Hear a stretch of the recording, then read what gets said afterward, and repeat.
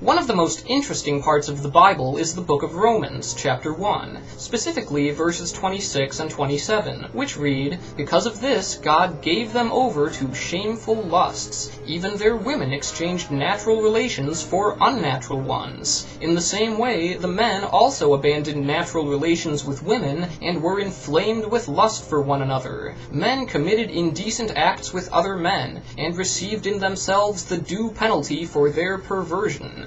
And this is typically interpreted as a condemnation of homosexuality. Notably, it's the only part of the Bible that addresses homosexuality among both men and women. And it's quite thorough, denouncing not only gay behavior, but even gay attraction. And since this is in the New Testament, it's not surrounded by laws about how to beat your slaves. But beyond just disapproving of homosexuality, there is context to these verses, and the complete message is actually rather queer, so to speak. Keep in mind the opening words. Because of this, God gave them over to shameful lusts. Because of this? Because of what?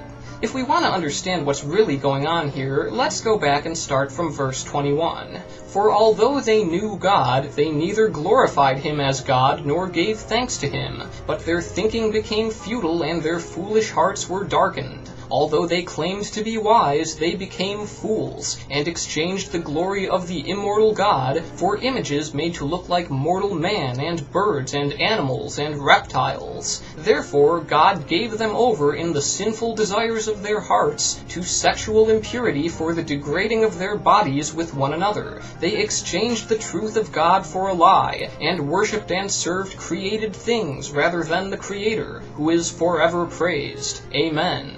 Because of this, God gave them over to shameful lusts." So the real issue is that some people are not being sufficiently reverent towards God, preferring to worship other idols instead. And because of this, God gave them over to the so-called shameful lust of homosexuality. And that's an odd way of phrasing it. God gave them over. So, since these people refused to honor God, he turned them gay? This has to be one of the most insane episodes in the Bible. I mean, here we have the all-powerful, all-knowing, infinite and perfect creator of the universe, allegedly, and he is still so bothered when people aren't worshiping him that he retaliates in the most hilariously bizarre fashion. He will reach down and tweak your little human brain just to make you gay. That's what you get when you stop believing in God. If you're not down on your knees praying, you'll be down on your knees doing something else. Seriously, is there anything more absurd than a deity who curses you with a taste for show tunes, interior decorating, and penises?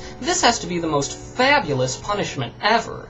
And really, if God is going to take the liberty of forcing your hand, as it were, that pretty much rules out any notion that the existence of God is compatible with free will. Your will is not free when God literally changes your mind. And what's the point of criticizing people for being gay because your religion doesn't like it, if God is the one who made them gay? How utterly self-defeating. If God didn't insist on screwing around with human sexuality because he's just that petty and insecure, this wouldn't be an issue.